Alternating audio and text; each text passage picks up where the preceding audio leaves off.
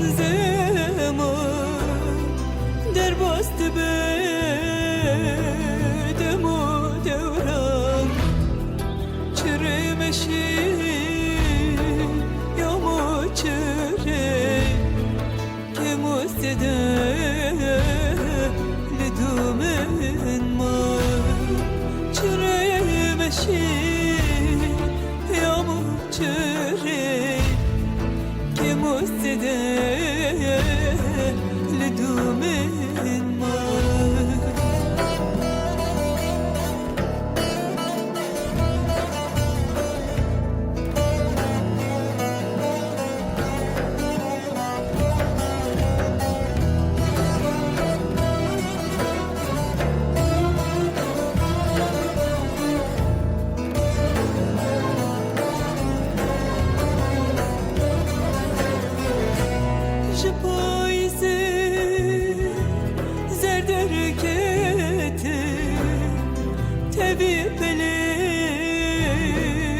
شیایی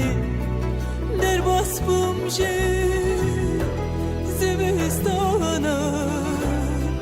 تبی برفین حلیایی گلمک باران بارامن که شیر بو امره من امره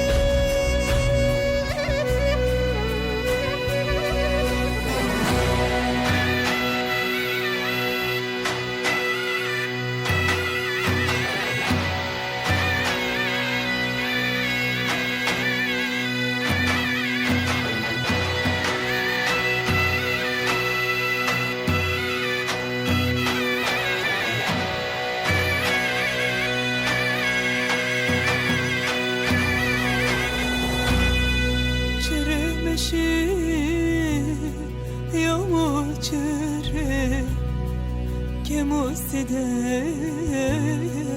لدومن ما چرمشی یا مچره که مستده لدومن ما چرمشی یا مچره که مستده لدومن ما چرمشی